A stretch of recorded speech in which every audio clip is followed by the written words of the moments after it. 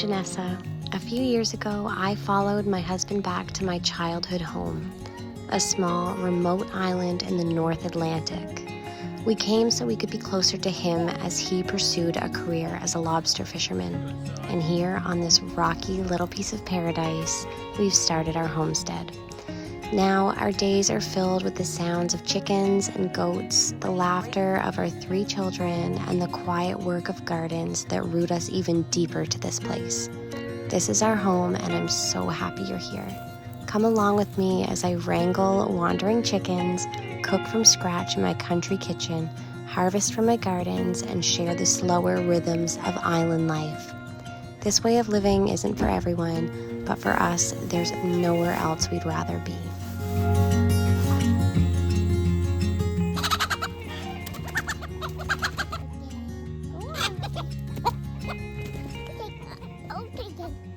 That is not.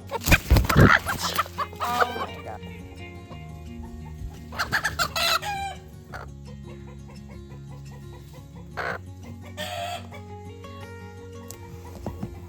Got her. We have a rogue chicken. She's trying to steal one of the other chicken's babies, so we make her sleep in the shed. But she got into my garden, so. Look, Frosty. Oh. Are you gonna touch her? This is lucky. Let's go.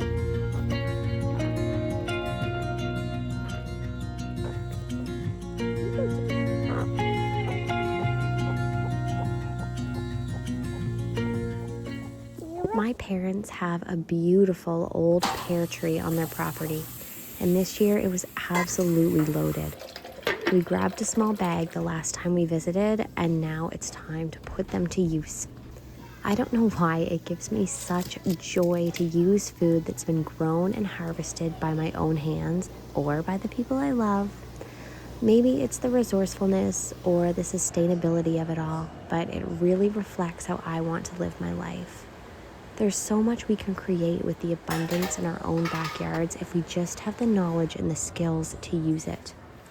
These pears were a bit past their prime, so I didn't get as much pear jam as I had hoped, but it was still worth it for the practice and the process, and the jam turned out delicious.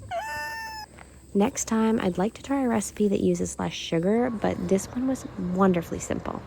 Cook the pears down with sugar and spices for a couple of hours, blend if you don't like the chunks, and bottle it up. Since this recipe doesn't include citric acid or lemon juice to raise the acidity, it's not recommended for canning. Instead, I just froze the extra jars and kept them in my freezer.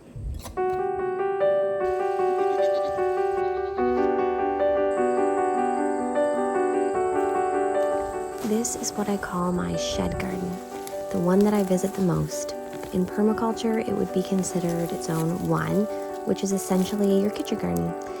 It's where I grow things like tomatoes, beans, cucumbers, the plants I like to keep a close eye on. This year I added a little patch of purple fingerling potatoes because purple's my favorite color, and really, how fun is that? I still remember having my very first purple potato as a child and being so excited. It's kind of like the healthier version of trying rainbow bread or those colored ketchup bottles they used to have. Who else remembers those? The potatoes grew really well, though I did notice they mature much later than my other varieties. You'll see our big potato harvest later in the video. I did make one mistake though. I put these beauties into a potato salad. I thought it would be so fun, but instead the dressing just covered up the gorgeous color and the whole thing looked a little muddy. I took it to a girls' picnic on the beach, so girls, if you're watching, I'm sorry, at least it tasted good.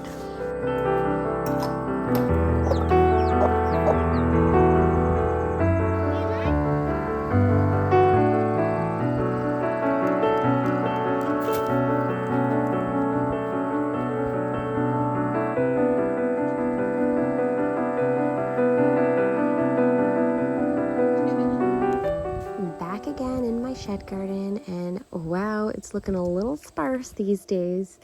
I'm harvesting Roma tomatoes here that I'll freeze for later.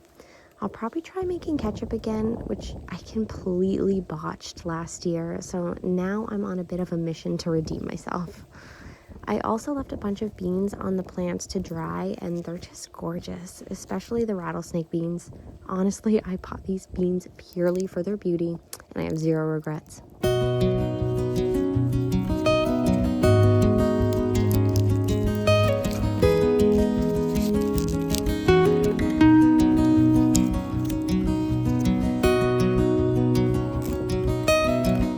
This is Mabel with one of her babies. We call her Mama Mabel because she is fierce. Once we actually watched her fly about 20 feet straight up trying to go after a hawk that dared to swoop in on her chicks.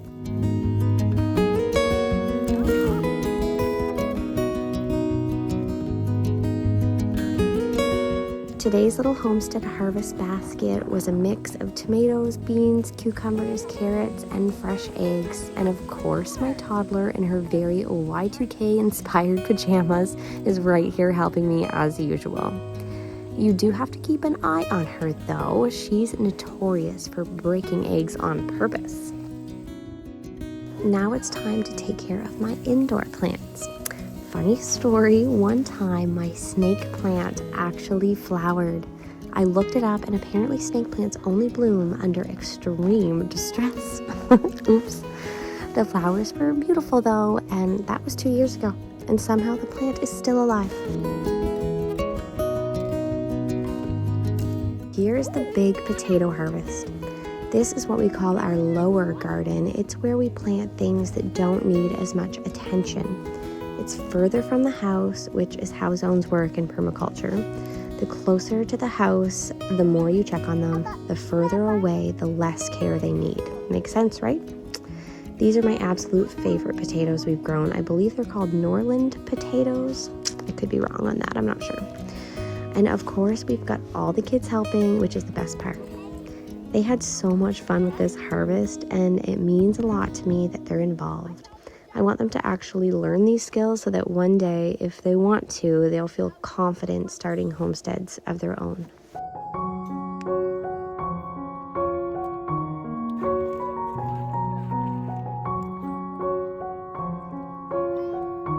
And I'll end this video the way we end so many of our days, next to the ocean. This, my friends, is where I truly call home. These shores are pure magic.